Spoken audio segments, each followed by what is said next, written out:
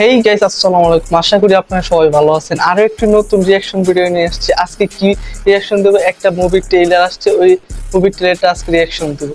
তাহলে ভিডিও শুরু করা যাক, লেটস প্লে।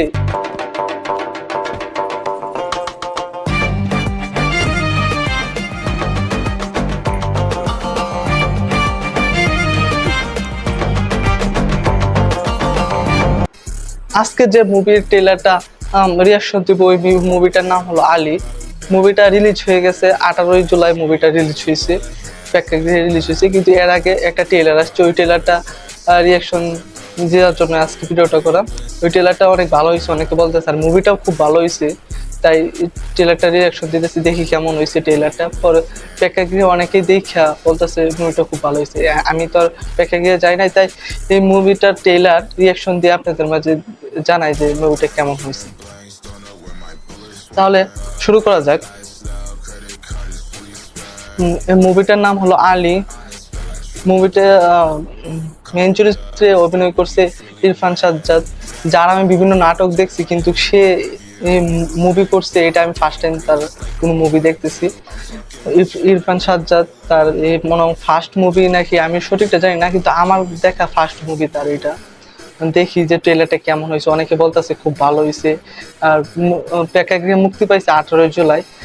ওইখানে কেউ দর্শকরা বলতেছে যে মুভিটা খুব ভালো হয়েছে। ট্রেলারটা দেখি কেমন হয়েছে। তো শুরু করি।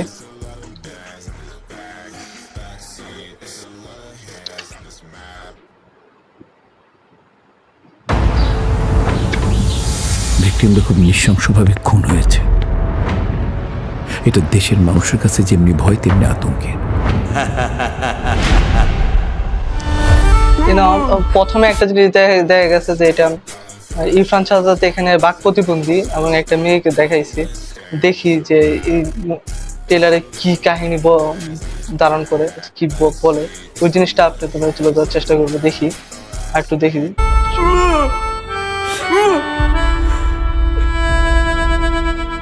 ইওর অনার, সে একজন সিরিয়াল কিলার। তার নাম কি আসলে আলী?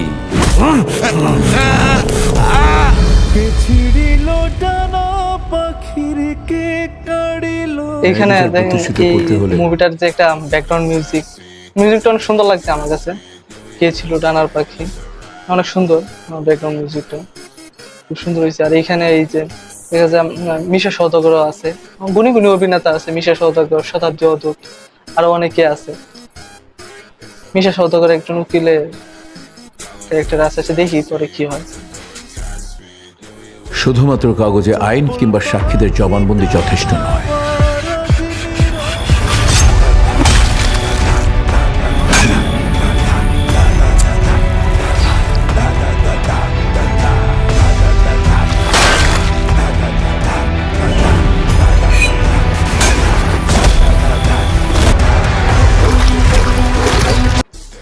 এই মুভিটার শুটিংটা মনে হয় গ্রামীণ কোনো পার্বত্য এলাকায় শুটিংটা করছি।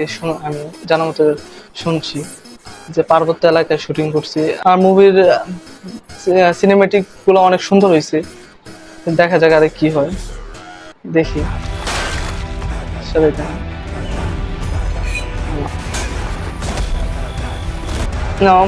গুণী অভিনেতা কাজী হায়াত আছে, দেখা যায় অনেক গুণী গুণী অভিনেতা এই মুভিতে অভিনয় করছে। মুভিটা অনেকে বলতেছে খুব ভালো হয়েছে, সামাজিক একটা গল্প। আচ্ছা দেখি লাস্টে দিয়ে কিরকম।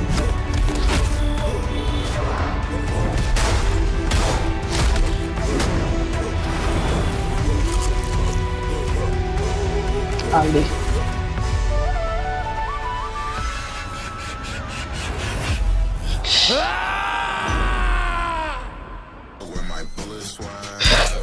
না, মুভিটা মূলত কাহিনী হলো বিভিন্ন একটা সামাজিক গল্প, ভাই বোনের একটা গল্প।